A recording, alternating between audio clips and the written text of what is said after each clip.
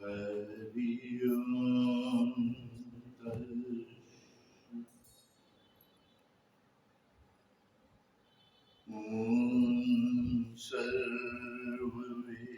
सर्ववेदांत सिद्धांत गोचरं तद्गोचरं गोविन्दं परमानन्दं सद्गुरुं प्रणतोऽस्म्यहम्। अथ श्रीमधुराष्टकम् अधरं मधुरं वदनं मधुरं नयनं मधुरं आशितं मधुरं हृदयं मधुरं गमनं मधुरं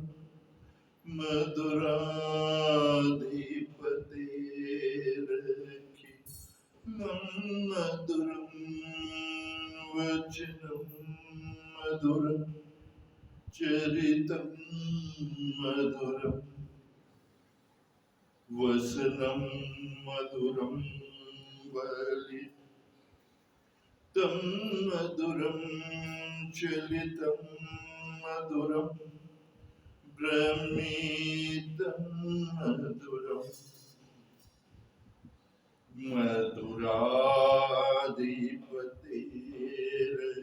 मधुराधिपतेरखिलं मधुरं वेणुर्मधुरं रेणुर्मधुरं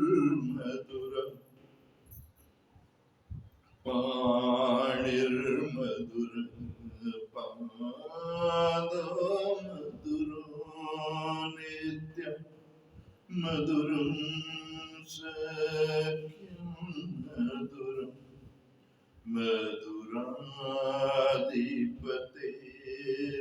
मधुराधिपतेरखिलं मधुरं गीतं मधुरं पीतं मधुरं भूतं मधुरं शुद्धं मधुरं रूपं मधुरं तिलकं मधुरं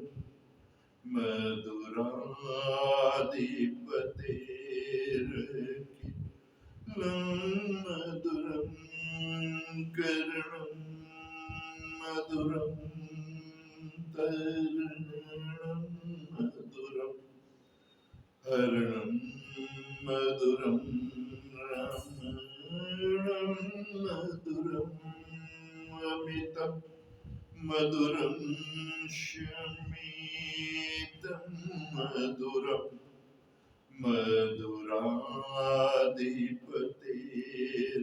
मधुराधिपतेरखिलं मधुरं मधुरं माला मधुरा यमुना मधुरं वीची मधुरा सलिलं मधुरं कमलं मधुरं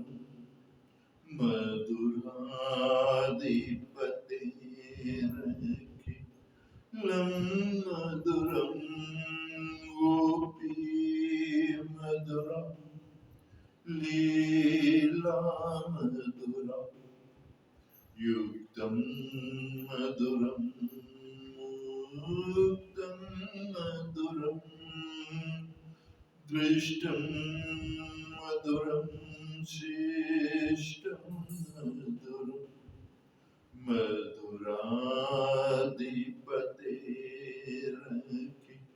मधुराधिपतेरखिलं मधुरं गोपा मधुरा गावो मधुरा यष्टिर्मधुरा श्रेष्ठिर्मधुरा दलितं मधुरं फलितं मधुरं मधुराधिपतेरखिलं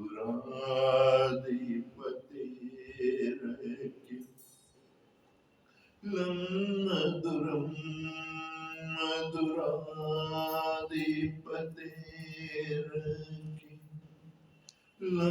मधुरं मधुराधिपतेरखिलं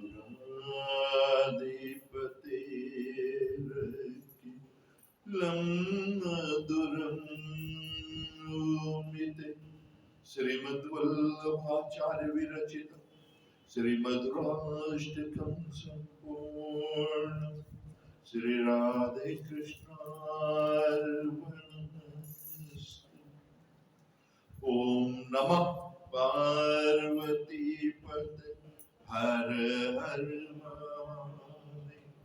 जय जय श्री राधे श्याम। नारायण भक्तवत्सल भगवान सर्वेश्वर परमेश्वर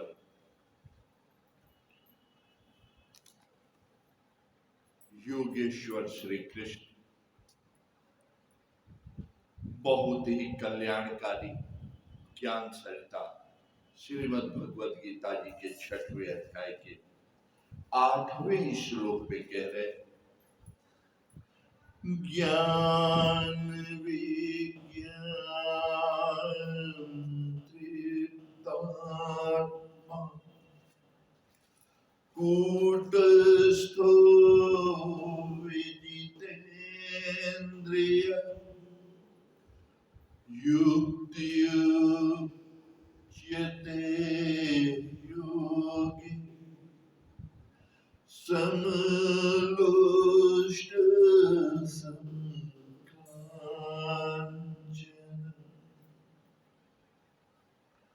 नारायण देखिए यहां परमेश्वर भगवान श्री कृष्ण कह रहे कि विजितेंद्रिय, क्योंकि देखिए यहां आने के बाद इस संसार में होता क्या है कि साधन रूपी रथ ये मिला हुआ है। जिसको यहां आने पे जीव सोचता है ये मैं हूं, ये ना तो किसी का था, ना किसी का है और ना किसी का होगा। हाँ? जन्म के साथ प्राप्त हुआ है और मृत्यु के साथ यहीं छोड़ के जाना है। हाँ? जब जन्म मिला आपको तो ये तन मिला, इसको नारायण अज्ञान अविद्या क्या है? अज्ञान और अविद्या यही है कि यहां आने के बाद ये जीव सोचता है ये तन मेरा, मैं यही हूं। हाँ? लेकिन वास्तविकता ये है नारायण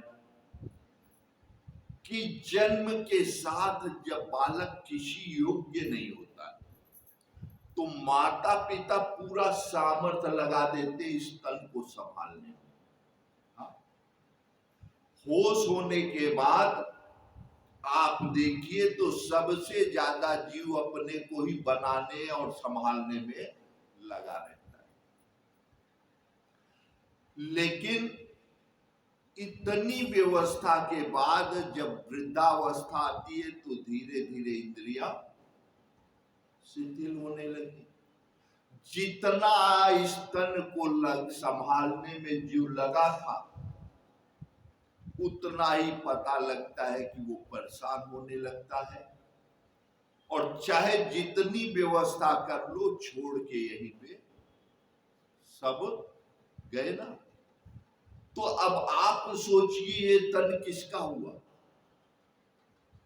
लेकिन नारायण इस तन के चक्कर में यहां आने के बाद जितने जीव जंतु हैं सब के सब क्या हो जाते हैं, घर चक्कर बने रहते। इसी तन को मैं कैसे संभालूं, कैसे सुंदर बनाऊं, कैसे क्या करूं। और नारायण खबर नहीं है पल की, और वो बात करे है कल की। अगले पल क्या हो किसी को पता नहीं, हाँ, लेकिन वो चिंता कल की कर रहे। भगवान कह रहे कि देखो, अगर तुम बुद्धिमान हो, हाँ, बुद्धिमान होने का मतलब कि पहले ये सोचो कि भगवान ने हमें यहां क्यों भेजा। अकारण तो भेजा नहीं,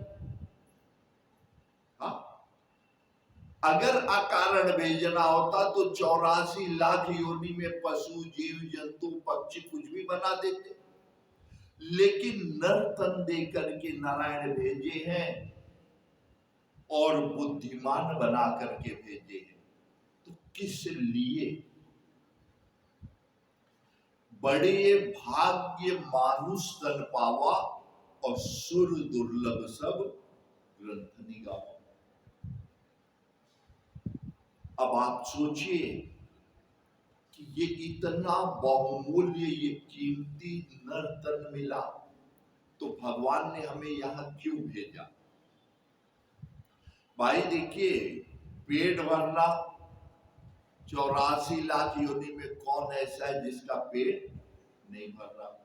चींटी से लेके हाथी तक सब अपना अपना भोजन सब जुटा लेते कि नहीं? सब खा रहे भर पेट, हाँ। जिन पक्षी को कोई आधार नहीं, कोई यंत्र नहीं नारायण, वो उड़ते हैं और पता नहीं कहां कहां आकाश में उड़ेंगे, और शाम को अपना घोंसला वो भी पहचानते हैं, हाँ।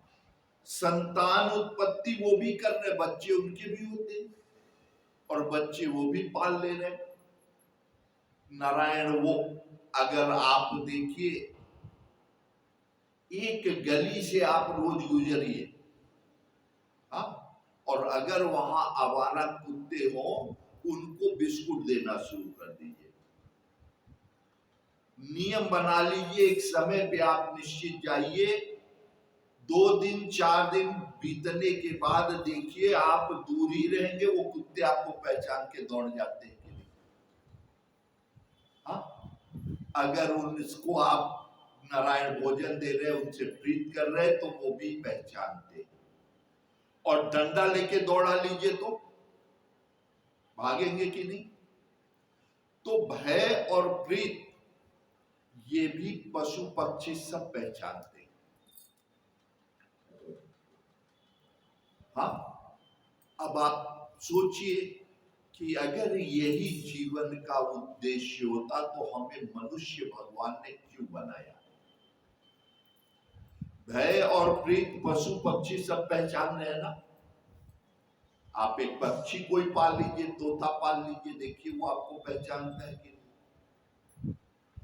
तो नारायण कह रहे भगवान यहाँ पे कि ये नर्तन आपको इसलिए नहीं दिया कि पशु पक्षी की तरह जियो, हाँ। ये इंद्रियां इसलिए नहीं दी गई है कि इन्हें खाली संसार में ही बर्बाद कर दो। भाई, अपने विधान से पक्षी जी रहा है, जीता है। अपने विधान से हर पशु का अलग अलग जीवन है। जैसे गौ माता का कुछ अलग है, तो शेर का अपना ढंग है।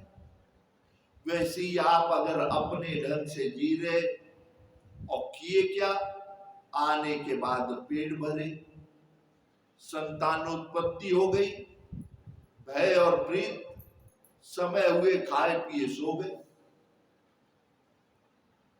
तो भगवान कह रहे हैं कि सोचिए तब आप में और पशु में अंतर क्या रहा,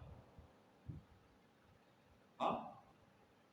क्योंकि नारायण ये नर्तन 84 लाख योनि का आधार है, हाँ। और इसलिए ये भगवान को सबसे प्रिय होता है। एक बार की बात है, देव ऋषि नारद दैव योग से पहुंच गए क्षीरसागर। तो नारायण देखिए, सबको ये होता है मन में अपनी प्रशंसा सबको अच्छी लगती है। तो नारद जी ने अपनी प्रशंसा सुनने के लिए भगवान से पूछा, महाराज अच्छा ये बताओ, आपका सबसे बड़ा भगत कौन है? नारद जी ने सोचा कि भगवान कहेंगे तुम, 24 घंटे तुम ही नारायण नारायण करते। लेकिन भगवान ने कहा, नारद मेरा सबसे बड़ा भगत कौन है ये अभी मैं बताता हूं। तब तक नारायण एक किसान था। किसान खेत में हल चला रहा था। उसकी पत्नी, नारायण पहले के जमाने में जैसे होता था, बैल से हल चलता था, दिन भर में खेत जोतने। तो पत्नी है, एक लोटे में जल और एक पोटली में भोजन लेकर के पहुंची। वहीं खेत के किनारे बबूल का पेड़ था। गर्मी का मौसम, पेड़ पे बबूल का पेड़ था एक। अब एक लोटा जल, गर्मी का मौसम, नारायण अब उसमें क्या नहाए और क्या निचोड़े। तो उसने जरा सा ऐसे ही हाथ में पानी लेकर के हाथ धो लिया और बैठ के वहीं बबूल के नीचे अपना भोजन ग्रहण करके पानी पिया। पानी पी के फिर लगा हल चलाने। इतने में दैव संयोग उसके पैर में एक कांटा धस गया बबूल का। उसने नारायण कहा, हे राम, और बैठ करके फिर कांटा निकाला और हल चलाना शुरू कर दिया। तब तक भगवान श्री हरि उठ के बैठ गए। नारद जी ने पूछा, प्रभु क्या हुआ? कहे, मेरे सबसे बड़े भक्त को कष्ट हुआ। नारद जी ने ध्यान दिया कि महाराज ये जो सवेरे से न नहाया न धोया, आपने ध्यान नहीं दिया। अभी उसकी पत्नी एक लोटा जल लेकर के भोजन लेकर के आई, उसी में उसने हाथ भी धो लिया, भोजन भी कर लिया, और भोजन करने के बाद भी हाथ धो लिया और पी भी लिया, एक ही लोटा पानी। और फिर हल चलाने लगा। उसको बबूल का कांटा धंसा और एक बार उसके मुंह से निकला, हे राम। और आप कह रहे ये मेरा सबसे बड़ा भगत। नारायण भगवान ने कहा, नारद बात तो तुम्हारी सही है। उसने इतनी देर में एक बार मेरा नाम लिया और मैं कह रहा हूं मेरा सबसे बड़ा भगत है। ठीक है, समय आएगा तो मैं तुम्हें इसका जवाब जरूर दूंगा। कुछ दिन बीता। नारायण एकदम ब्रह्म मुहूर्त में भगवान ने नारद जी का स्मरण किया। नारद जी पहुंचे। भगवान के सिराने सोने के कटोरे में भरा हुआ एकदम दूध रखा था, एकदम भरा। भगवान ने कहा, नारद आज तो बड़ा धर्म संकट है। क्या महाराज क्या हुआ? क्या आज अगर लग रहा है शाम तक मैं नहीं बचूंगा। कह रहे महाराज ऐसी कौन सी बात? क्या धन्वंतरी आए थे, देखे हैं, देख करके मुझे उन्होंने ये दवाई दी है और कहे हैं कि ये कटोरा जो भर के दूध देके गए, कहीं इसी दूध से ये दवाई खानी है। कहे महाराज तो इसमें कौन सा दूध रखा है, दवाई आपके पास है, खा लो। क्या यही तो समस्या है नारद। उन्होंने टोटका बताया है इसमें। क्या ये दूध का कटोरा पूरी धरती की परिक्रमा जब कोई लेके करे तो इससे दवाई खाने से फायदा होगा। अरे नारद जी ने कहा, तो ये कौन सी बड़ी बात है? एक क्षण में नारद यहां और एक क्षण में कहा। धरती की परिक्रमा करने में कितना टाइम लगता है? क्या इसीलिए तो मैंने सोचा बिना नारद जी के कोई ये काम नहीं कर सकता। क्या बिल्कुल महाराज आप आज्ञा दो। क्या लेकिन एक समस्या है नारद। क्या क्या इसमें से अगर एक बूंद दूध कहीं जमीन पे गिरा तो परिक्रमा करने वाले के सर के 1000 टुकड़े हो जाएंगे। अरे नारद जी ने कहा महाराज ये पहले काहे नहीं बताए। इस कटोरे में से अगर एक बूंद दूध जमीन पे गिरेगा तो जो लेके परिक्रमा कर रहा है उसके सर के 1000 टुकड़े हो जाएंगे। नारद जी ने कहा महाराज ये तो पहले बताना था। तुम्हारे चक्कर में अपनी जान आपस में डाल ली मैंने। अब हाँ कर दिए ना भी नहीं कर सकते। हाँ पहले तो तुमने बुलवा लिया कि पूरी धरती की परिक्रमा कोई कर सकता है तो नारद अब कह रहे हो इसमें से एक बूंद दूध जमीन पे गिरेगा तो नारद के सिर के 1000 टुकड़े होंगे। तुम हमें मारने का उपाय कर रहे।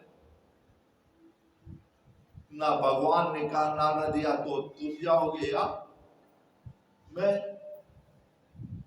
क्या महाराज अब तो कुछ कहते नहीं बन रहा आप कह दिए तो चलो। नारद जी ने डरते डरते दूध का कटोरा उठाया लेके चल दिए। एक पल में नारद यहाँ और वहां होने वाले। दूध का कटोरा जब लेके चले नारायण भगवान बैठ के इंतजार कर रहे अब नारद आएंगे अब नारद आएंगे। एक क्षण से एक पल से एक घंटा घंटे से पहर दोपहर हो गई। धीरे धीरे शाम होने लगी। सूर्यास्त होने को आया। नारद जी पसीने पसीने कटोरे का दूध लेके पहुंचे रखे। अरे भगवान ने कहा नारद जी आ गए बड़े जल्दी। क्या महाराज अरे पूछो मत। पूरी की धरती की परिक्रमा करनी थी ना। क्या अच्छा तभी मैं सोच रहा एक क्षण में नारद यहाँ और एक क्षण में कहा और सवेरे से शाम हो गई नारद। क्या महाराज पूछो मत पूरी धरती की परिक्रमा करके आ रहा। क्या ये बताओ इसमें से एक बूंद दूध गिरा तो नहीं।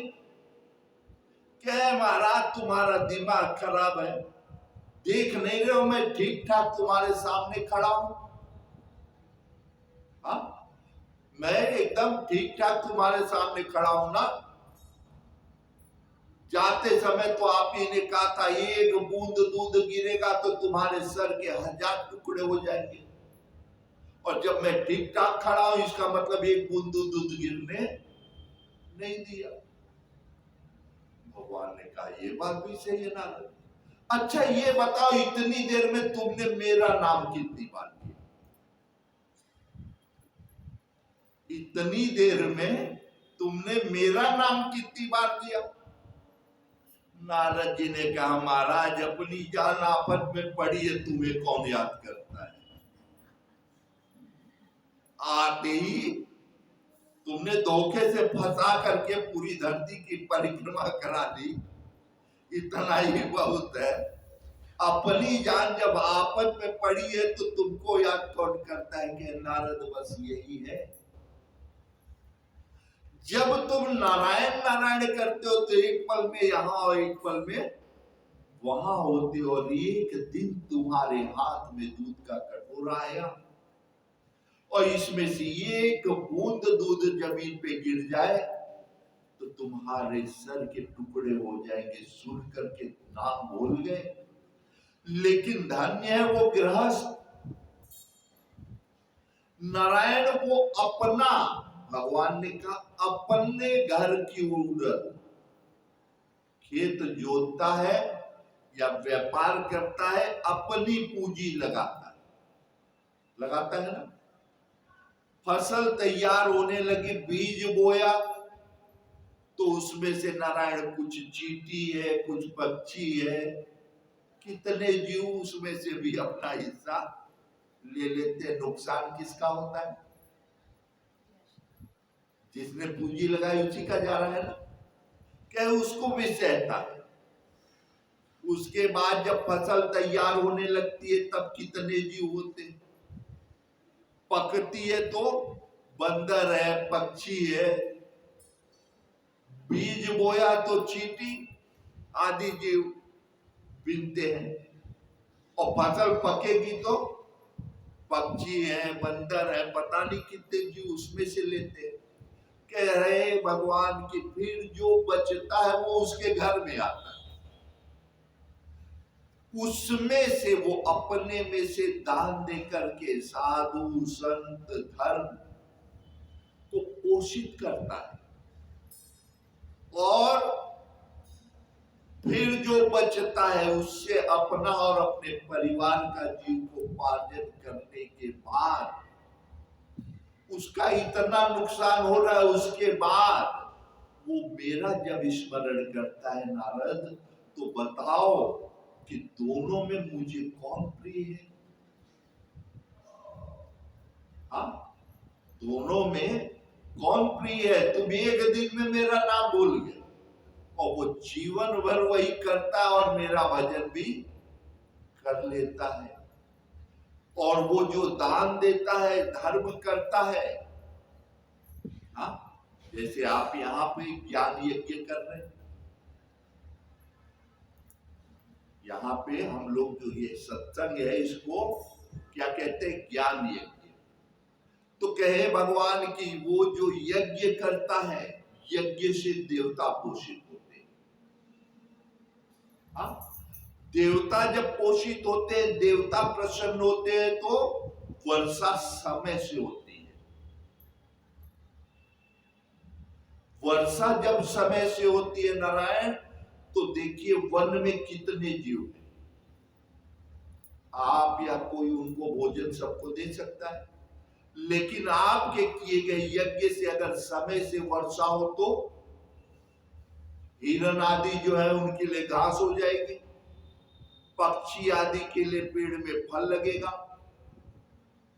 हाँ, तो कहे भगवान की इसी प्रकार से 84 लाख योनियां जीने लगती।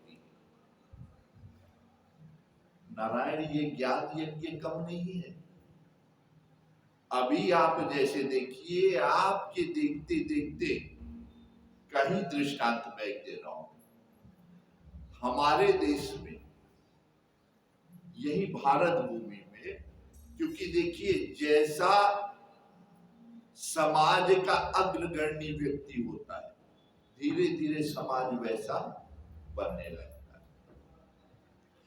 हमारे देश में ही आप देखिए, धनवानों में थे एक बिरला जी, बहुत पुरानी बात नहीं। तो नारायण बिरला जब धनवान थे तो इनका नियम था, राम सुखदास जी और पंडित राम किंकर, दो कथावाचक इनके फिक्स थे। यहां कथा हुई, उसके बाद अगली कथा कहां होनी है वो बिरला जी के हाथ से निर्धारित रहता था। उनका आना जाना रहना, अगर पानी भी पीते थे तो उसकी भी व्यवस्था बिरला जी की थी। आप देखिए, ना तो कहीं कोई गड़बड़, कितनी शांति राष्ट्र में थी, और वो धनवान थे। उन्होंने कितने मंदिर बनवाए। एक बार आपके अयोध्या जी गए दर्शन करने, अयोध्या जी सुना होगा नाम, अयोध्या जी दर्शन करने गए नारायण, तो उसी समय अयोध्या में सरयू जी पे पुल बना था। तो सरकार ने वहां मतलब गेट लगा दिया था कि जो आए जाए उनसे पैसा लिया जाता था। इस पुल में बनने का खर्चा जो हुआ है वो अब दर्शनार्थी जो जाएंगे उनसे वसूला जाएगा। देवशी योग पहुंच गए बिरला जी, देखे इतनी लंबी लाइन, तो उन्होंने अपने ड्राइवर से कहा, भैया क्या बात है, अरे इतने राम जी के भक्त हो गए? तो उसने कहा महाराज ये राम जी के भक्तों की लाइन नहीं है क्या? फिर क्या ये जो पुल बना है इस पुल पर से जो लोग आते हैं और जाते हैं उनसे पैसा वसूला जा रहा है, इसका खर्चा सरकार निकालती है। उन्होंने कहा राम जी के यहाँ आने वाले दर्शनार्थी भी लाइन में लग के पैसा दे के दर्शन करें, तुम जाओ और इस ये जो पैसा वसूलने वाला है इससे पूछो इस पुल की पूरी लागत कितनी है। और नारायण तुरंत उन्होंने अपनी चेकबुक निकाली और चेक काट करके उसको दे दिया कि पूरा पैसा भरना। ये धर्म था उनके अंदर कि दूसरा क्यों करेगा, धर्म का कार्य भगवान ने मुझे इस लायक बनाया, मैं करूंगा। और तब नारायण अपने देवभूमि में सब सुखी थे, कथा उनकी चलती रहती थी। और उनके जाने के बाद आज अभी आप देखिए जो भी पूंजीपति, उन्हें नारायण अपनी पूंजी उनकी नहीं है, बिरला जी खुद धनवान थे।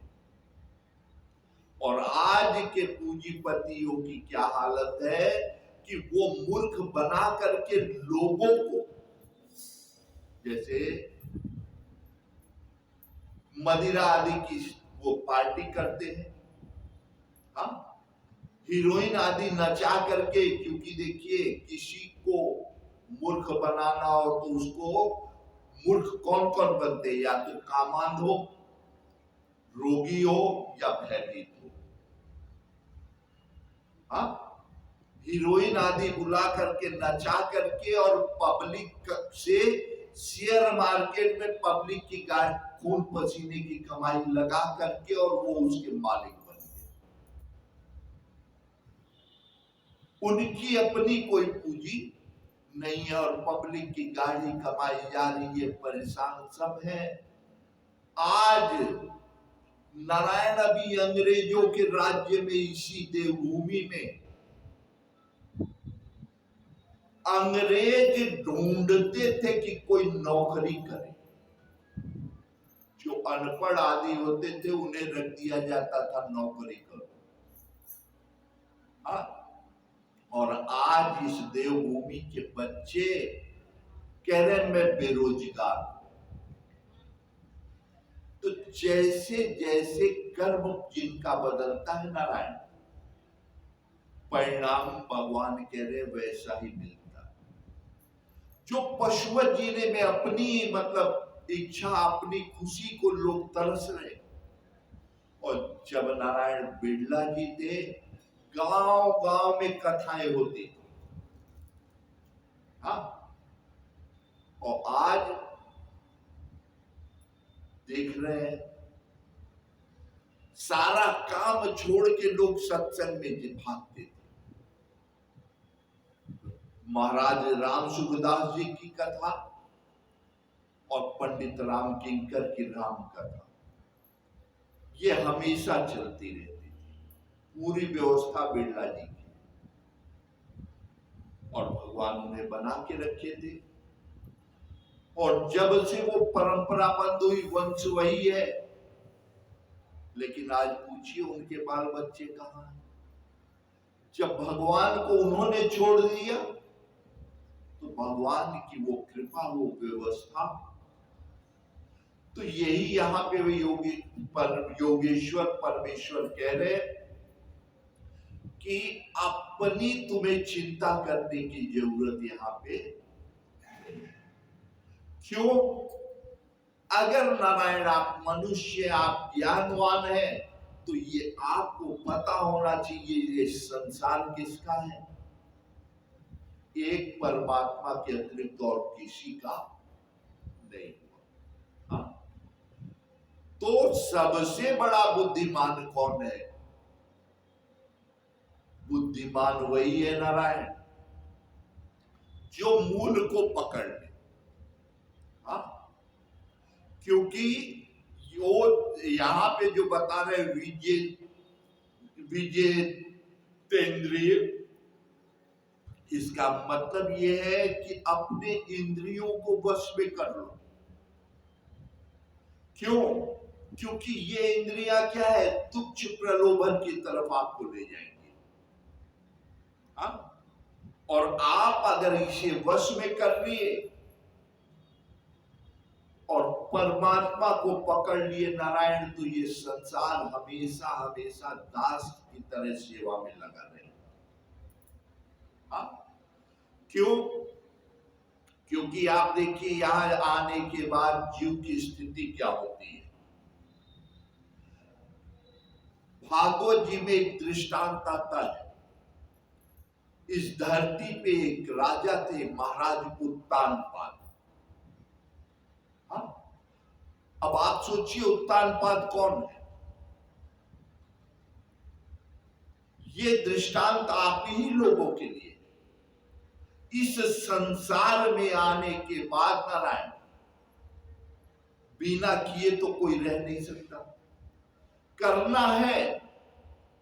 हाँ? करने के लिए पैर उठा हुआ है। उत्तानपाद जिसका पैर उठा है, लेकिन वो समझ में नहीं उसके आ रहा है कि मैं किधर जाऊं।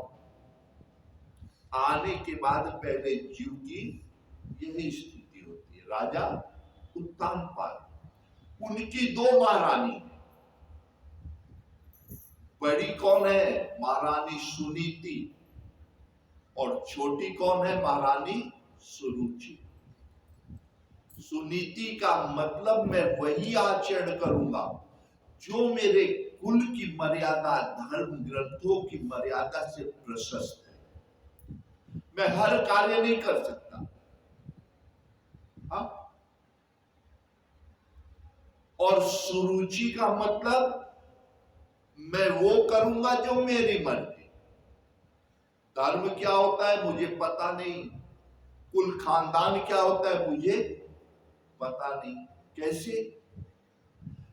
नारायण बड़ी रानी का बेटा है ध्रुव, अपने पिता की गोद में जाके बैठ गया। हाँ? ध्रुव जी अपने पिता की गोद में जाके बैठ गए। तब तक महारानी, छोटी महारानी सुरुचि पहुंचती है। नारायण अगर धर्म को देखिए तो मां मां होती है। उसके लिए ना तो बड़ी रानी का बेटा अलग है ना अपना। अगर हमारे धर्म की मर्यादा आप देखेंगे नारायण, आज भी, क्योंकि हम लोग उस सौभाग्यशाली कुल में आए हैं। पशु पक्षी की जो है नारायण, जो जन्म देते हैं बस वही माँ। और कब तक? जब तक वो किसी योग्य नहीं। पक्षी के बच्चों को पंख निकला फिर वो माँ बाप को नहीं पहचानते। हाँ? लेकिन हम लोग नारायण अगर आप देखिए तो हमारे कितनी माँ है। जिन्होंने जन्म दिया वो तो माँ है ही है। हाँ? लेकिन उस माँ की बहन वो भी पिता की बहन। नारायण सगी मां भले थोड़ा सा पीछे हो जाए, लेकिन मौसी है, बुआ है, दादी है, नानी है, ये सब मां से बढ़ के मां होती है ना। हाँ? नारायण मजाल नहीं है कि जरा सा कोई आंच आ जाए या कष्ट होती है। लेकिन वहां ध्रुव जी जाके पिता की खाली गोद में बैठ गए। और देखिए सुरुचि क्या है, पहुंचती है और ध्रुव जी को खींच करके गोद से उतार करके धक्का दे देती है कि राजा, महाराजा की गोद में बैठना है तो मेरी कोख से जन्म लेना चाहिए। अब आप सोचिए नारायण अगर वैसी ही ध्रुव की भी मां होती तो लट्ठम लट हो जाती कि नहीं। लेकिन ध्रुव जी की मां कौन है? महारानी सुनीति। उनका अपना बेटा नारायण रोते हुए जाता है, और छोटी महारानी ने क्यों उसको रुला दिया, क्यों अपमानित किया? वो पिता की गोद में बैठा था। पिता तो ध्रुव के भी थे, लेकिन बेटा, सगा बेटा रोते हुए जाता है महारानी सुनीति के पास। मां पूछती है, अरे क्या हुआ? वो बच्चा कहता है, मां, मैं पिता की गोद में बैठा था, मैं पिता की गोद में बैठा था और छोटी मां ने मुझे धक्का दे दिया।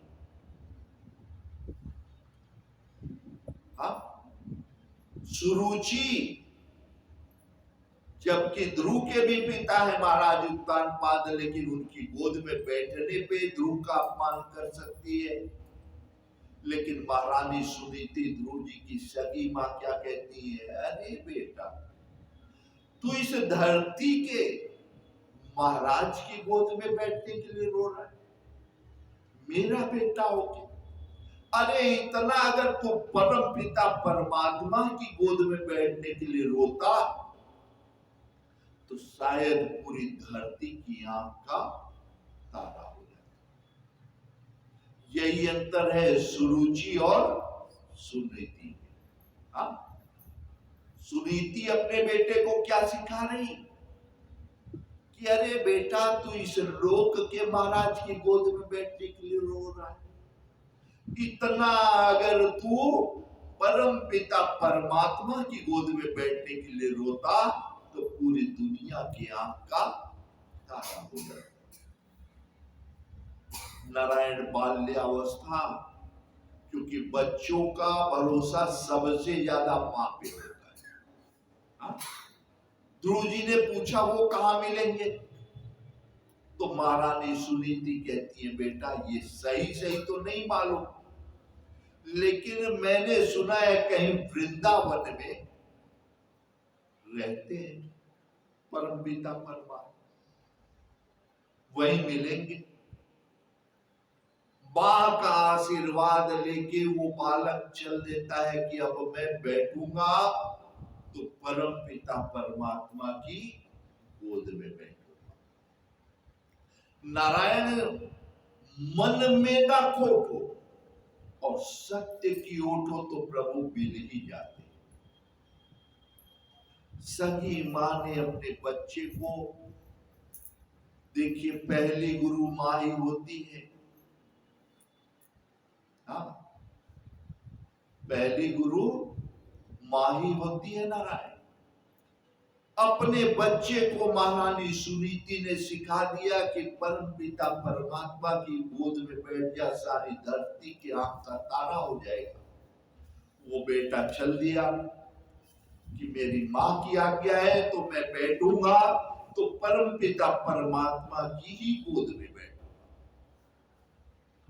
जब सत्य निष्ठ होकर के भगवान की तरफ जीव बढ़ता है तो भगवान का ये वचन है कि तुम एक कदम चल के तो देखो, 99 मैं पूरा कर दूंगा। लेकिन समस्या क्या होती है नारायण, यहां एक कदम चलना ही मुश्किल होता है। भगवान का भजन करना है तो पहले देखेंगे हम, महाराज मुहूर्त देखो। अब एक महाराज ने बता दिया कि ये मुहूर्त बहुत अच्छा है भगवान की पूजा के लिए, लेकिन काम नहीं चलेगा, तब तक दूसरे महाराज को फोन करेंगे, महाराज जरा देखना, एक पंडित जी आए थे, ये मुहूर्त सही बता के गए हैं, ये ठीक है क्या? तो कहेंगे ना ना। अब दूसरे महाराज सोचेंगे कि इनको हटा के हम ये पूजा कराएंगे ना, इस मुहूर्त में तो भद्रा लग रहा है, अब ये मुहूर्त में पूजा करे कि ये मुहूर्त में करे। हाँ, तब तक भाग के पहुंच जाएंगे तीसरे महाराज के पास। नारायण पहले तो मुहूर्त नहीं मिलेगी, मुहूर्त मिलेगा तो सामान नहीं मिलेगा।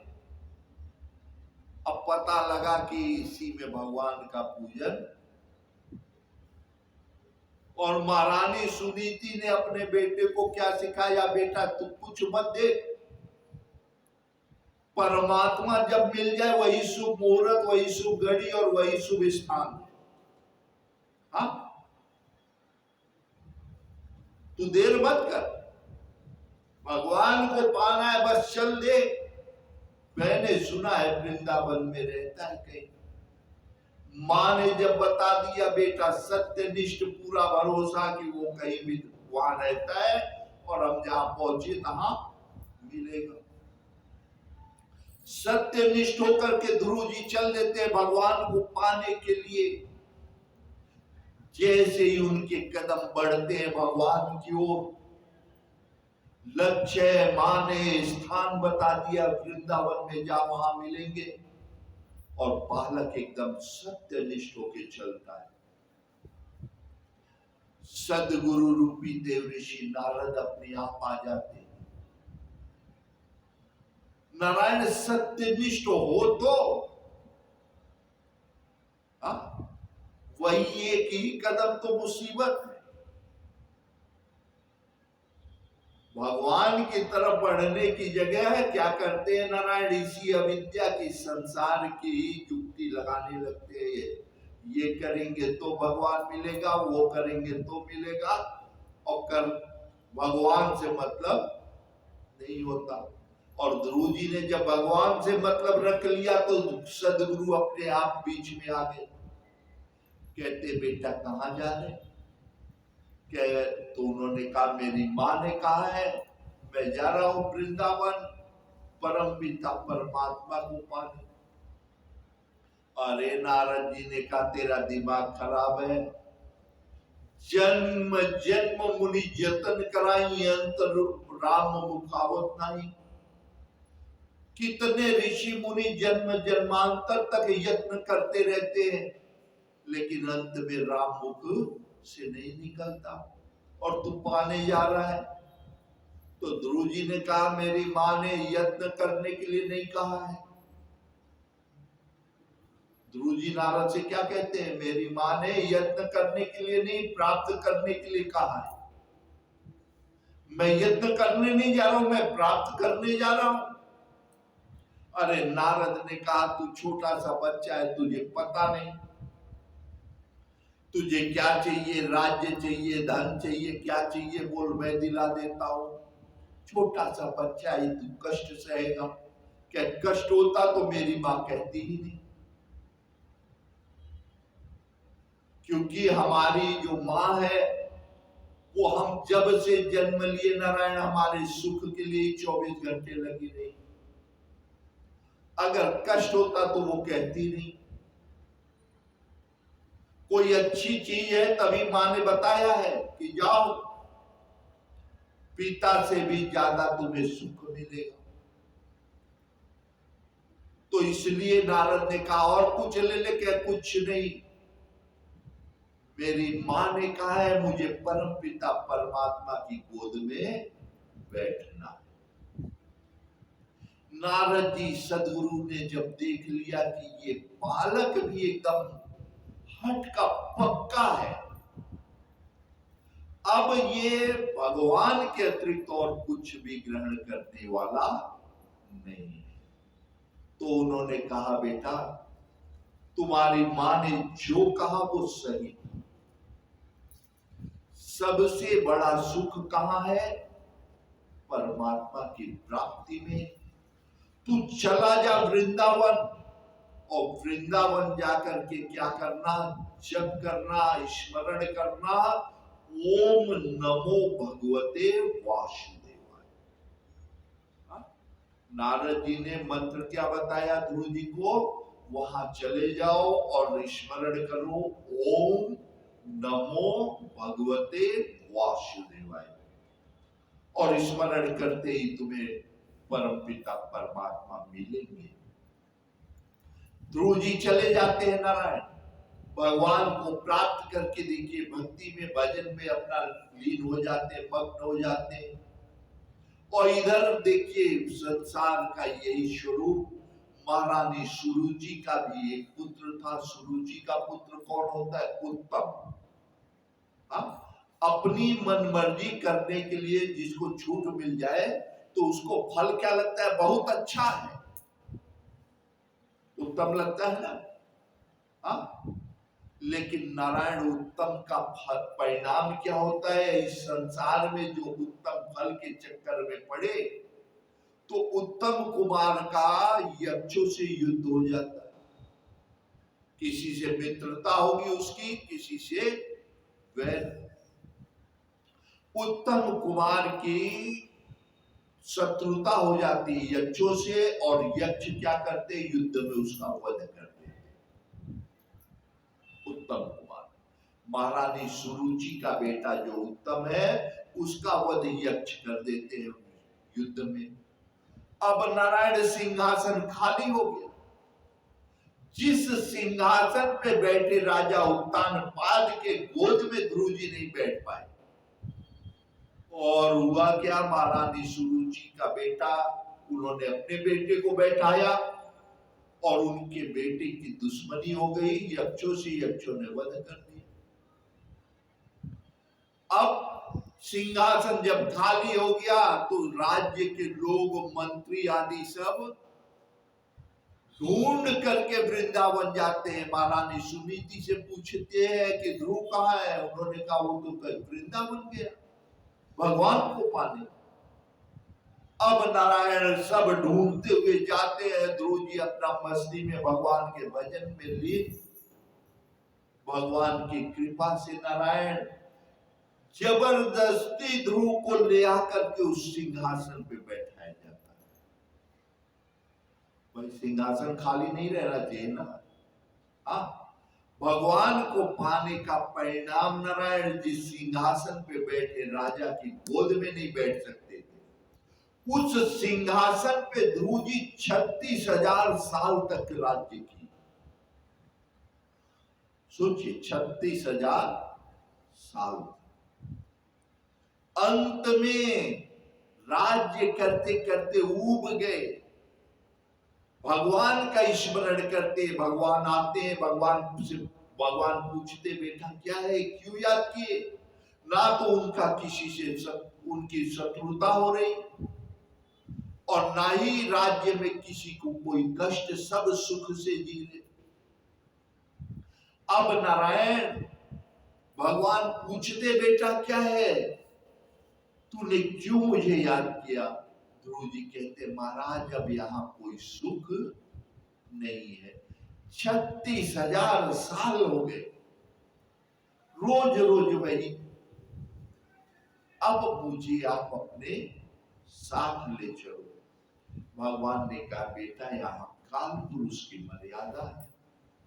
मृत्यु लोक काल के अधीन है, काल पुरुष के अधीन है। उन्होंने कहा आज्ञा दीजिए तो काल पुरुष आए। नारायण मृत्यु से सब डरते हैं और ध्रुव सुख का उपभोग करते करते उब गए। कह रहे हैं कि महाराज आज्ञा दो काल पुरुष आए, और खुद काल पुरुष के सिर पे पैर रख करके भगवान के साथ स्वधाम गमन किए और भगवान ने उनको ध्रुव लोक प्रदान किया। तो यही कह रहे हैं नारायण कि अपने सुख दुख को भूल करके इंद्रियों को अपने वश में करो, और सबसे कल्याणकारी यही है कि परमात्मा को प्राप्त कर लो। जिसने परमात्मा को नारायण प्राप्त कर लिया तो फिर आगे आज समय अपनी मर्यादा पे पहुंच रहा है। हम लोग अगले सत्र में देखेंगे।